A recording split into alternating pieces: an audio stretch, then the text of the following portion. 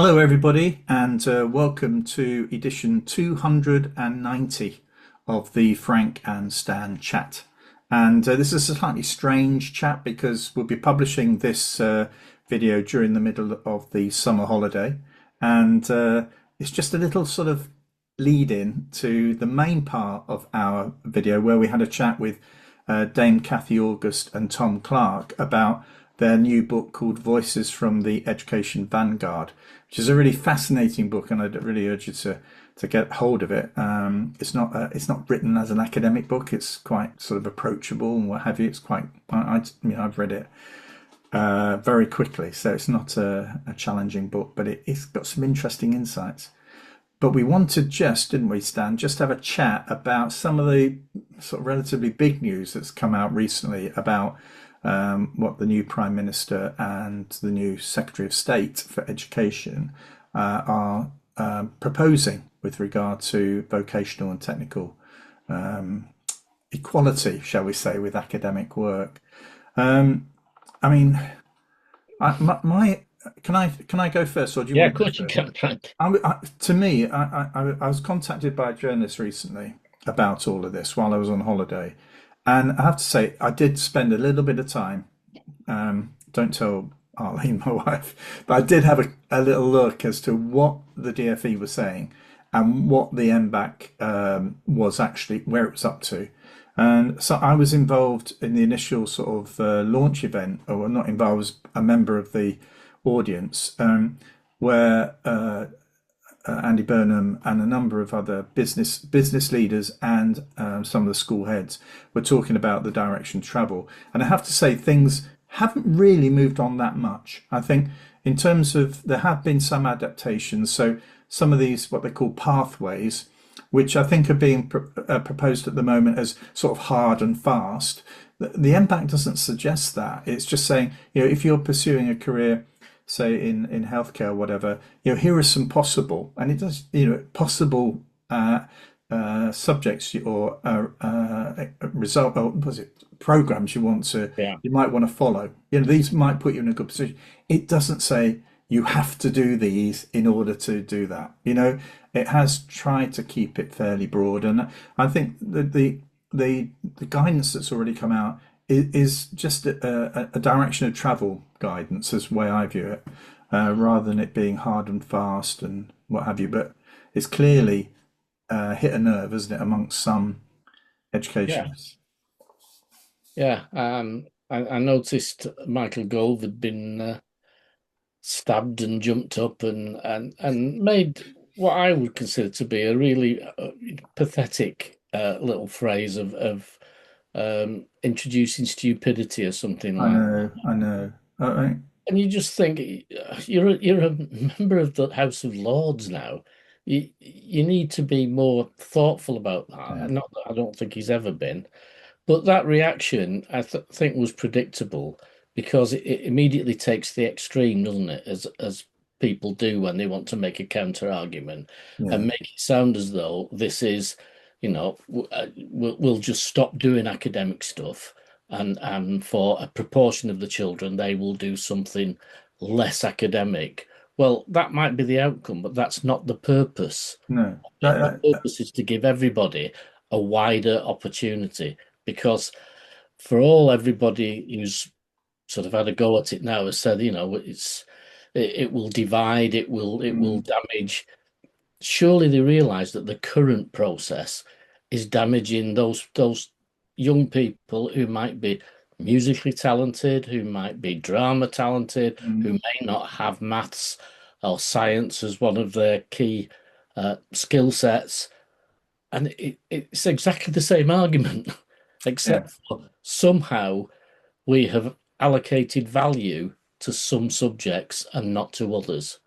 So that there is the idea that to get to the top in music isn't an academic achievement is just beyond belief. yeah, yeah. I agree. I mean, we've been big supporters of a broad experience, haven't Yeah, we? And I'm not hearing anything that suggests that what the government are proposing is anything less than a broad experience. Um, So yeah, so I The risk, Frank, just and again, I've probably not looked at it in the detail you have. The risk is that at 14, it becomes a selection yeah, process. yeah, yeah, And that's got to be on the forefront of whoever's designing this to make sure that doesn't happen. yeah, And we don't want schools to be saying, you have to go down this route because you're not going to get the exams on the academic front. It's not going to be like that. It's got to be, if you choose that you want to do the academic route, we support you all the mm, way. If you choose that you want to do a mixture of some of the academic stuff and some of the more practical, um, skill-based stuff, let's say, with links to employment, mm. then you can have that, or you can have all of either of the two. But it has to be flexible enough, and schools will struggle with building a curriculum around And that getting the almost way. staff, the skilled Yeah, staff to deliver this. I mean, we've gone a long way down this road, haven't we? Where we're, I'm pleased. I'm pleased that there's perhaps a lack of clarity as to how this will actually roll out, but it mm, feels as though someone started to put a bit of a brake on where we're going at the yeah, moment, and I think I welcome that. I think we both do. We've said this for many years now. yeah. Yeah, And if you don't link this with school absence, the, mm, the current curriculum model or the current hierarchy of subjects, then you're not seeing what's there in front of your eyes, or yeah, choosing not to look. It yeah, doesn't match yeah. your idea of what schools should produce. Mm. Well, the Frankenstein chat. We've got guests lined up Yeah, until March of next year. I suspect this will be a theme that will emerge over the autumn, and we'll be asking our guests to comment on it. But in the meantime, I'm going to lead in now, if that's all right, Stan. yeah, yeah. I was just Into looking I was just looking at a quote that I, in my argument with AI, and now more frequently do. Um, it says this at the end. It's becoming an outstanding musician, engineer, actor, programmer, or designer should be regarded every bit as intellectually and educationally ambitious as becoming an outstanding historian or linguist. yeah, yeah, I That should agree. be the outcome Yeah, of what we're looking for. I, It's I, and there shouldn't be anything stopping the medical student wanting to be excellent no, at the oboe yeah, or excellent at drama or excellent at art. I mean, this is the point we've been making all along. yeah. And if those who want to look traditionally, those great people in the Victorian era did all those things. Yes, yeah, yeah. Well, People, Stevenson could draw designs that were artistic as well as engineering, um, practical. It, yes. When it I was go a back to, wider base. I've started to look again at Plato and what in a view as to what he thought a good education was, and it embraces a lot of these things, but it also talks about these sort of the something around the expectations and the challenge, being about truly educated man, or as it was written at the time, men and women, that challenge needs to be a significant challenge, in whatever field. This is not about lowering standards for anybody. Oh, it's about recognizing that some of the things that not even traditionally, that recently we haven't regarded as valuable Mm, are valuable. And we need as a society, certainly within education, we need to recognize the value of not I don't want to say practical subjects because it no, sounds like already. I agree. It- but I remember many, many years ago, I think it was even when I was training as a teacher, and one of the lecturers said, you'll hear people say that there are those bright children who need an academic, and those that aren't are usually good with their hands. And he said, what the truth is those that are highly academic would equally be very good with their hands Well, if they chose if they that check, I mean, I particular. think of a surgeon, a Yeah, consultant. I mean, not good with your hands. I yeah. mean, come on. Yeah, no, I agree with you. Um, okay, well, look, let's lead into the fascinating chat we had with Kathy, August, and Tom Clark. It's in two parts. We had some technical issues on the recording, so it falls to me to initially have a chat with Kathy about the 40 or so senior sort of education voices of the last, say, 20 years that they have spoken to. And then it moves to Tom, who's picked up on some of the main themes, which are around culture, governance, and architecture moving forward. It's a fascinating chat, and I would strongly recommend you picking up the book Voices from the Educational Vanguard. It'll be money well spent. So, Stan, we're back in early September with Dennis Sherwood. Don't feel as though we've been away now I for. know. Hey, I tell you what, Dennis is a regular September visit, isn't he? Yeah. He's a visitor early September, and he's got this fascinating work around how reliable are GCSE and A-level results. So more of that in early September. So until then, enjoy the chat, and we'll see you back in early September. Bye, everyone. Bye. Hello, Kathy. How are you today? Good morning. I'm very well, thank you. Yeah, here we are. And we're here talking, aren't we, about a new book that you and Tom have produced called Yep, Voices from the Education Vanguard. It's that's it got, there. there it is. Look at it. I mean, in a way, just before we get into it, how did you and Tom get together to decide on all of this? Well, it was weird, really. I'd done a piece of work for the trust that Tom used to be involved in, and I'd known him for on and off for years. And then after that, he contacted me and said, "Would I like to be involved in some conversations he was having with a guy from um, one of Tony Mackay from Australia and this other guy from some international organization." So I had a couple of chats with them, but I sort of pulled out because I got quite frustrated because there was lots and lots and lots of talk about really high flown stuff, and I kept saying, "Yeah, but what's he going to do? What's he going to do?" So that eventually collapsed. But in the follow-up conversation with Tom, I said, I said, why don't you and I just let's write something? And we just put pen to paper and did it between us, which I'd never done before, and that was Mm. an interesting experience because you have to continually negotiate with the other writer.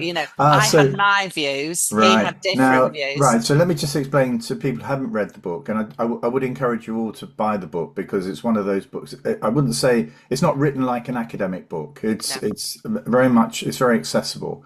But actually, what Kathy and Tom have done is they've spoken to 40 or so eminent educationalists in various fields, but actually captured their conversation into about 3 or 4 pages.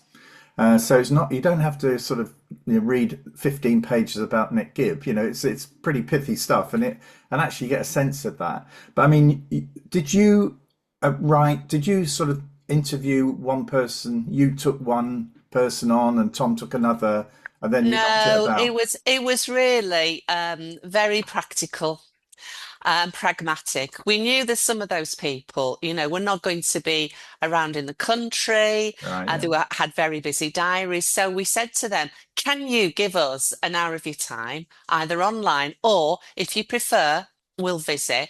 And if we could both visit, we both visited. Otherwise, I tended to do the ones that were in London as Right. an individual. And we promised them we wouldn't record them, we wouldn't tape record them or digitally record them because I was conscious they may be uncovering things that this happened a while ago. They might be thinking now, that was a complete error. And they say it in a Yes. conversation when you're sitting with a cup of tea, and then afterwards think, oh no, that was too bold. I shouldn't have said that. So we said we'll handwrite it and then we'll write up the transcript and we'll send it back to you. Ah, right. And you have got an opportunity to tell us, no, I really didn't mean to say that. I misspoke there. What we didn't give them license for was telling us how we interpreted it. Right. Now that's actually very similar to the way we do these chats, is that we send the video as a draft to the Yeah. guest. And then very rarely do they come back and say, "Oh, I didn't mean that." But actually, that's quite comforting, really, isn't it, for the Yeah, guest? I think you're going that's to get a right. little bit more out of them, I think. I think we did. And for some people, their involvement in education, the first time ever, was it was a positive but quite a bruising experience. Mm. And we certainly didn't want 20 years on to add fuel to a fire that had almost burnt out. Yes, yes, yes. So, I mean, just to give people indication, some of these colleagues I know, I've worked with or I've met, and there are people on my list, like who I know very well and respect deeply, is Sir David Bell. Yeah, So, and I think also like Sir Michael Wilshaw, I've worked with yeah, Michael for a number of years. Les Walton, we've had as a guest on here, yeah. and actually reading their little summaries, I definitely got a sense of Oh, who they good. were. I definitely did. Yeah, Excellent. I could. I'm not sure if Oh, you blocked. phew. Well, I'm not sure if you blanked out who they were. That I could have guessed who they were, but knowing who they were before reading it, actually, I got a sense of the sort of philosophies and the beliefs that they have. I mean, were there any? Oh, I'm going to push it to you. Were there any sort of surprises in there? Um, I think there were surprises in terms of some of the original sponsors, and the guys, and they were all men. The guys who were contributed some of the money. And Lord Levy wasn't a sponsor, but he certainly was the key person to generate the interest to get the funds in for the Prime Minister and Andrew Donis, who were the drivers really of the reform. And I think I was surprised they were so willing to say, yeah, there's a lot of really good things, and we think he's better stay than he was, but there are some things which have gone in a direction, didn't they? I mean, Lord Levy was really quite, he was quite straightforward about how Mm, maths have developed. No, he never thought they would, and he doesn't think they should have done. no. Um, and whether or not he's right or wrong, it's irrelevant for me. It was just capturing those voices of people who'd didn't have to do this. It wasn't their job. They weren't career civil servants. They weren't serial head teachers or inspectors. These were people who had a very nice life, doing lots of interesting things entrepreneurially and through the charitable sector, because they were all involved in different charity work.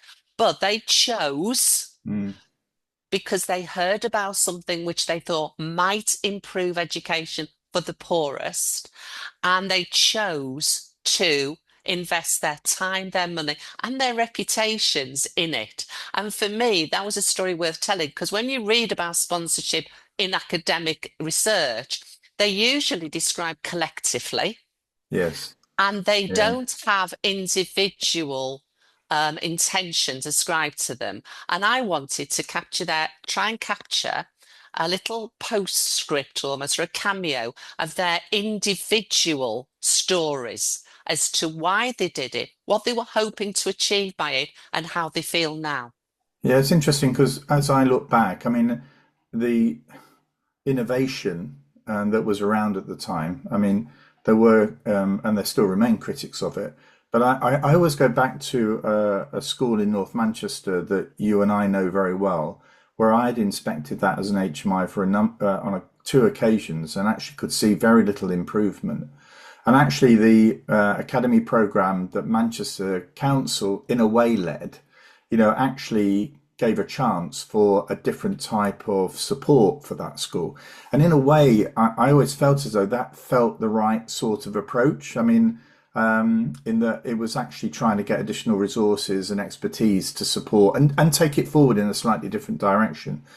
I'm interested in the sort of those colleagues who actually did put money in and were trying to be innovative, how they reflected on the criticism of them for doing such a thing. Well, these guys are quite tough. Right. They've done, they've been in business, they've done deals and everything. And that was a really interesting thing, because when you talk to them about their intentions, it's a completely different side to them, because they go right back. It's always going right back to their childhood. Childhood. And it's saying about how they felt Mm, then, mm, and how once they had the resources to invest and a vision. that they heard that captured their imagination. They immediately put the two things together and thought, do you know what? I don't want anybody to experience that I did. Here's a way of doing it. And that seemed to trump everything, including their own individual sort of egos about reputation, really. And I think they are, they believed the educators and they believed the politicians that this would improve things. And I think some sponsors were badly informed and badly led Yes. by some of the educators they put in these positions. I don't think they were always dealt a very good deal, but that they are remarkably pragmatic people. Because when you say, Well, well, that was a bit of they, a Horlicks, wasn't it? They go, yeah, but you know that's going to happen. You can't go into these things thinking that everything's got to be 100% correct. You know this would happen. It's how much you're prepared to tolerate, and when you've got to draw the line and say, no, it's gone too far. We need to pull back now. Remarkably pragmatic. So for me, it's all about their childhood experiences. I mean, I know not all sponsors subsequently had those childhood experiences, but certainly most of the ones we spoke to did. yeah. I mean, I'm interested. I was interested in Sam Freedman's Yeah, section because I think he highlights a potential sort of weakness that's run throughout the academy program, and I think one that perhaps Ofsted, as they start to prepare a framework for inspecting multi-academy trusts, might stumble across this problem about what are they for? What is their purpose? I mean, would you like to, how did that come out with Sam? I mean, what sort of issues did he raise there? well, it was almost. I think we all agreed that this thing developed much more quickly than was anticipated. Certainly developed much more quickly than the civil Was servants that thought. to do with Gove's decision for No, I think before converters? before Before then, that, right? yeah, before then, because the original target being 30. And that because of the CTC experience, Mm. but that quickly accelerated because what they discovered was the people that they spoke to, and Lord Levy was instrumental in this because, as he says in the book, when he first organised the dinner of potential sponsors and the Prime Minister walked in, he said to Lord Levy as an aside, these are all Conservatives. And Lord Levy said, it's neither here nor Hello there. there, yeah. This is about getting to them as people, and that's what it did. Until many more came That's forward interesting. wanting to get involved than was anticipated. So I worked in the DFE and the Academies unit at that early stage, and the policy was continually chasing Really? the Oh, wow. initiative from the field. Yeah. Right, right. And of So course, there's a tremendous amount of ambition at that point. It wasn't there right. was, and willingness and Yes. eagerness Yeah. to this could be it. This could be the thing that really does it. We get state supported schools operating like independent schools. We Yes. won't have that divide anymore. That was the an overwhelming impression you got from talking to them all. Why was it important? I mean, because there's a lot of criticism at the time about the money that sponsors were going to put in. I mean, I think that deflected some of the attention away from some of the sort of good stuff that Yeah, they wanted to do. Was there a? I'm not trying to get you to reveal things, but yeah. was to me that's always felt as though it slightly muddied the water a little bit at that stage. Well, I mean, as in Estelle Morris's interview, like she was keen to point out that they were not reliant on this money. Right, right, It was symbolically an important signal, right. and I think he was. However, what the sponsors tended to do is when they got involved with that first tranche, they stayed, they stayed involved, and that's what the politician civil service said they wanted. They didn't want the sponsors to walk away. They wanted them to keep being involved and to create and strengthen the governance arrangements because that would help. Because as we know, um, governance has always been a thorny issue, and some of it has been very, very weak in the in Yes, in the state sector. And this was a way of beefing that up. And people putting the money in was really for some of them, I suppose, it was more than a gesture, but it was seen from the outside as a gesture. Right, almost. right. And I think often the criticism of some, as what has happened in some maths, I think is absolutely legitimate. I think the blanket criticism of all of those early Yes, sponsors who yes, chose to put in money is unfair and ill-informed, really. And I think that's why I wanted them to speak and have their, condensed yes. stories told, which I think is probably for the first time. Yeah, yeah. So in a way, did you get anything of the other side? Because this was quite seismic in the sector. Did you get anybody speaking on behalf of the status quo? Saying, "Oh well, it was a shame, really," because I mean, I think this is untrue. That the local authorities had a really good handle on what was going on. Having inspected a number of these local authorities, that is not my memory of it. Yeah, yeah. Were there No, others though, sort of bit melancholy, feeling, well, we yeah, went no, too we didn't because there's plenty written about that. There's Yes, plenty of academic research about that.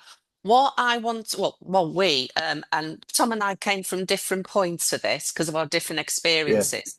But what I wanted was to tell those stories in the book, and I also wanted to have a sort of give a space for those people who'd been in the Vanguard with the CTC leads, the GM schools, etc.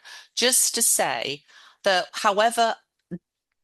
um, however much disagreement the traditional system had for what happened, it was nothing compared to the personal difficulties and the personal attacks and the threats that were made to those people involved in leading it. And I wanted people to see, especially trustees from a non-educational background on maths boards today, I wanted them to have an easy to read insight into why things are as they are today. I mean, yeah, I think it's difficult to go back 20 years, isn't it? And to actually sort of get a sense of what life was like then.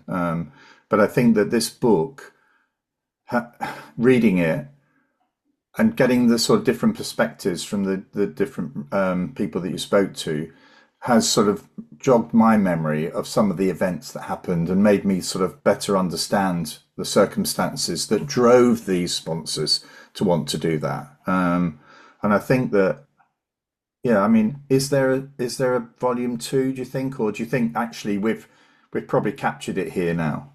I personally, for me, that this is it.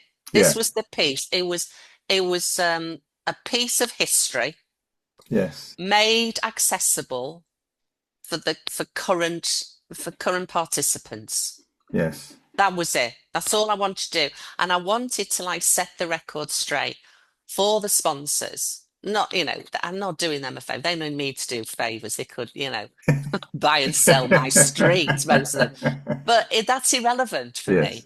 It is about the truth that comes from their narrative. As Simon Ortiz said, there is no truth, there's only stories. Yeah. And it's that collection of those stories gives you an insight into a particular time in education, a particular way in which people can be engaged. And I think nowadays, it was particularly because of the juxtaposition we've got nowadays between the polars, Yeah. Yeah. opposites of this is good, no, this is dreadful, and how you can get a compromise, you can affect a dialogue between people from very, very different experiences that made it better, made the system better for more children and young people. Now, the fact is, I think, I agree with Michael Levy. It's gone off kilter. It needs to be pulled back, and there needs to be a new iteration of what that picture looks like because we've got AI and we've got a different Mhm. age and we've got world instability, etc. But nevertheless, it showed that at that time in history, these things were achieved. They could be done with the right political leadership, the right engagement, the right partnership work, and the willingness of some people to just put their heads above the Yeah. parapet. Yeah. Well, the second part of this chat, we'll be talking to Tom about three of the themes that came out of this work. So Yeah, yeah. thank you very much, Kathy, for your time this morning, and look forward to having you on as a guest in the future. But anyway, You're very welcome. Thank you for the all right. opportunity. Thank you, Kathy. And here is the chat with Tom Clark, who talks about three of the themes: culture, governance, and architecture, that came out of the discussions with these eminent colleagues involved in education for the last 20 years. Took up a post with the Specialist Schools and Academies Trust and did some international networking, and with others academics set up a course for aspiring head teachers, deputies in America, Australia, and Hong Kong. Wow. And then after that, I was the executive chair of a national organization that sought to bring together grant maintained schools, academies, and in a different sense, unique sense, governors of those organizations to press for more autonomy for head teachers. Right.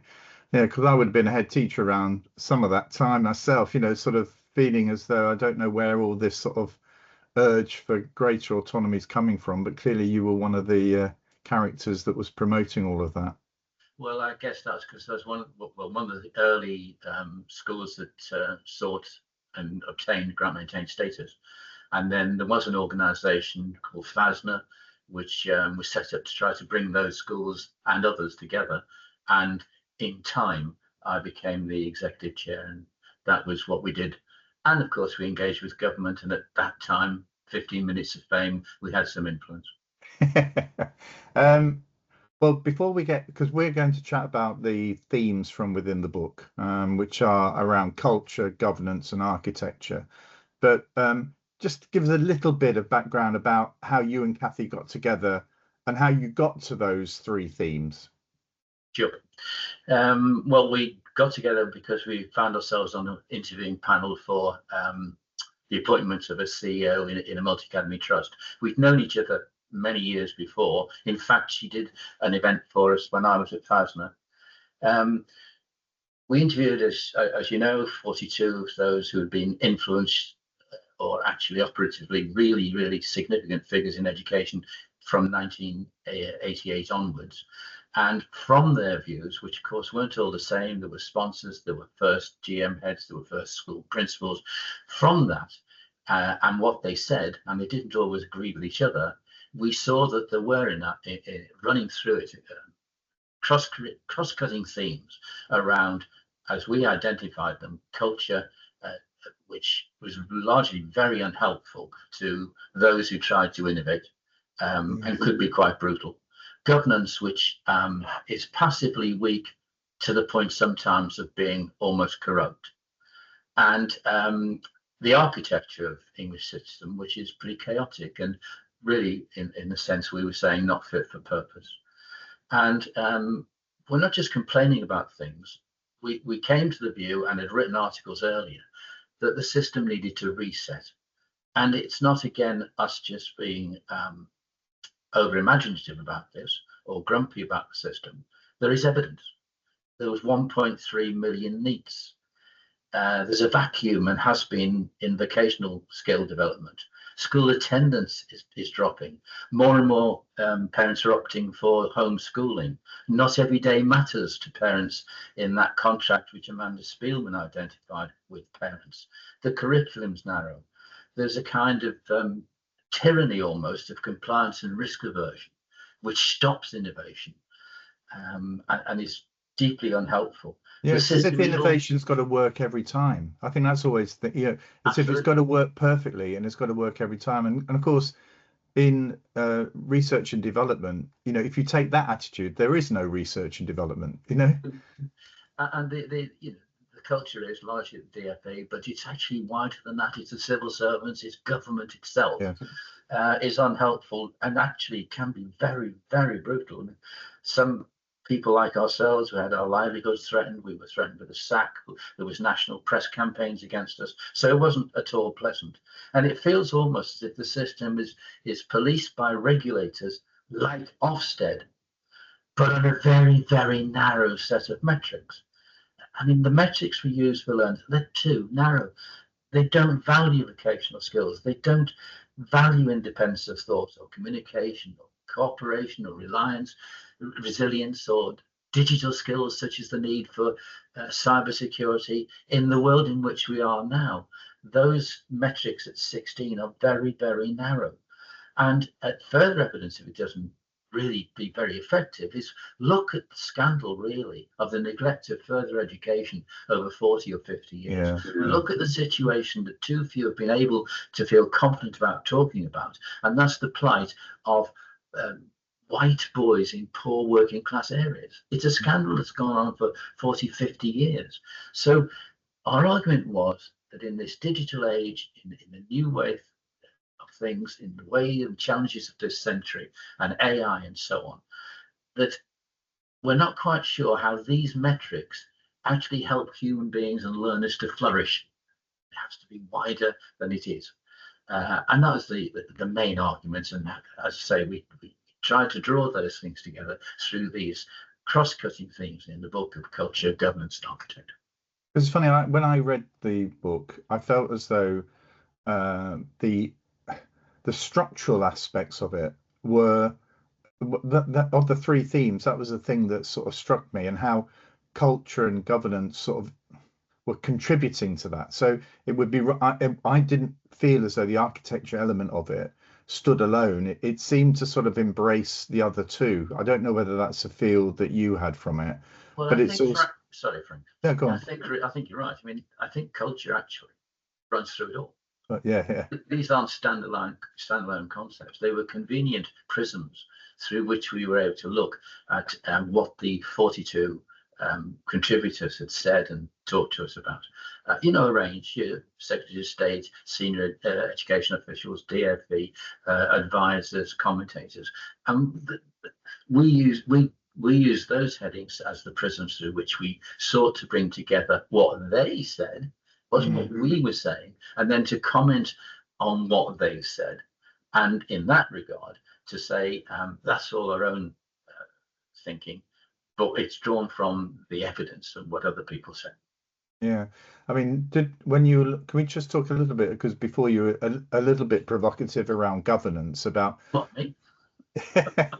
and it is an issue that I've been really struck by, the work that an American professor, Jennings, has said about the problems that occurred around Enron and other major businesses that have collapsed, even though there was a board and they had oversight, but it was as if they were complicit and actually been or hoodwinked into believing things were better than they really were by some fairly dodgy CEOs. I mean, when you talk about complicit or supportive of a lack of innovation, I mean, were there some key characters you spoke to where you got that sense, or is that something that you've just taken from looking at the picture overall? Well, it's our own experience, because both Kathy and I have been directors on multi-academy trusts, and a number of them. Sam Freedman, who was a contributor, made the observation that it's never actually really been determined what multi-academy trusts are for, beyond the regulation and structure of compliance with the Academy's handbook, really, but not really what its purpose was in terms of learning. And the situation, of course, is in all these. Governance goes beyond multi-academy trusts. It goes beyond schools. It's right across corporate affairs. And you get strong CEOs who have supportive, sometimes the directors they know, and some are passive. Some are there because it's a badge on the CV. It's not that the wicked or deliberately corrupt, although some have been found to be so. Yeah. But there hasn't been a culture of exercising the directorship of a multi-academy trust or a governor in terms of real challenge. And they can be managed by strong leaders, CEOs or heads. To some degree, I dare say in my time I did it myself. You managed governing bodies, but it's quite significant given the sums of money and given the fact now that very much the multi-academy trusts, in most of them, actually are the determined body. They direct things, and the actual learning and teaching through the principal or the head teacher in the academies themselves has been much reduced. They've less autonomy than formerly, and we use the term, we hope is helpful, that they've almost become first deputies in what would have been autonomous schools, lacking real authority. And it sometimes suits the multi-academy trust boards to say, well, they've got the responsibility, but not the accountability. So there's all kinds of muddled thinking about it. And of course, there's good practice, Frank. There's good practice in every element. There are terrific teachers, young teachers, but it's about how they're led. It's about the freedoms they may be given. It's about the autonomy and just to be different. And that's the narrow curriculum and the conventional nature of everything is off-putting to lots and lots of learners. You know, as parts of the East Midlands, it's up to 37-38% at secondary level who are infrequent attendance, persistent absentee.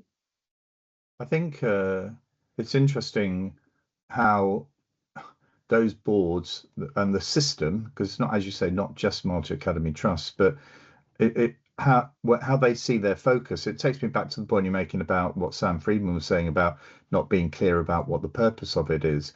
I think, you know, we have a new Prime Minister this week, and it's interesting to see how that focus on place seems to be appearing more strongly, you know, and and I have found that there are a number of multi-academy trusts who have tried to, in order to control the process and in effect make it relatively easier for them to manage local governance, have actually sort of withdrawn some aspects of responsibility for the school and placed it in the centre.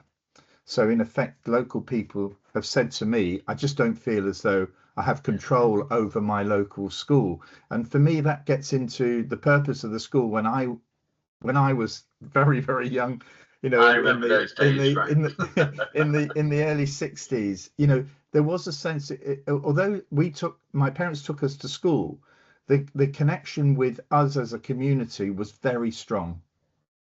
And I don't at times feel as though some schools or even multi-academy trust value that enough, that actually there is this sense of, yes, I know we're there to educate, but actually there's also sort of the leadership of the community, the leadership of the parent body as well, you know, in terms of what our expectations are. I think you're right. And of course, some of the larger multi-academy trusts are regional or national, and the sense of local place is not there. It's observation that Lord Lingfield made in the book, that he feels they should be local and relatively small. Sometimes it's my observation that some of the growth is about money and greater funding and so on, rather than customizing it to the local needs and culture. So there is that danger. And of course, with gag funding and central direction, it is the case in very, very commonly in multi-academy trusts that in fact the governors have little or nothing to do other than perhaps to be like a parent-teacher association that can make some observations but can't actually influence. And it's a miss, because education is not the same in Middlesbrough and Barrow as metropolitan London. There are different aspects that need to be identified to support it, which are appropriate. So, you know, again, we go back to history. Predominantly, the white boys in poor working areas, in working class areas, are in the north, not metropolitan London. And place matters. And a number of our contributors said that. Although I have to say, Sir Nick Gibb takes a different view and very much to the view that place wasn't instrumental in these things. So one of the points about the book is there isn't unanimity, and it wasn't for us in our arrogance or overconfidence to say here are the solutions. But what we do think about the book is there are enough clues there for people to make their own observations if they want to find different ways through in a really rich tapestry of contributions being made. And we were also pragmatic, Frank. If Kathy and I had said, here's the solutions, then we were setting ourselves up as, past it and what, grumpy people past it with an axe to grind. And it isn't like that. We just genuinely feel, with all our experience and that which we've engaged with these contributors, that there are things that could be useful to help people today who are leading education and perhaps make things a bit different or better. That's brilliant. Well, that's a nice way to bring it to a close there, Tom. Thank you so much, both to you and to Kathy, for finding the time to bring this all together. I have to say it's one of the most enjoyable books I've read for a couple of years. So well done to you both, and we'd love to have you back on. Thank you for your patience. Oh, no. For people watching or listening, we've had a number of technical difficulties with this chat. So, but it's the last of our academic year. So I'm delighted to end on such a high. So thank you very much, Tom. And for everybody out there, have a great summer break. And we are back early September when we have a guy who's been on many times before, Dennis Sherwood, and we take a little look at how effective and accurate are the A-level and GCSE results. Anyway, until then, thank you.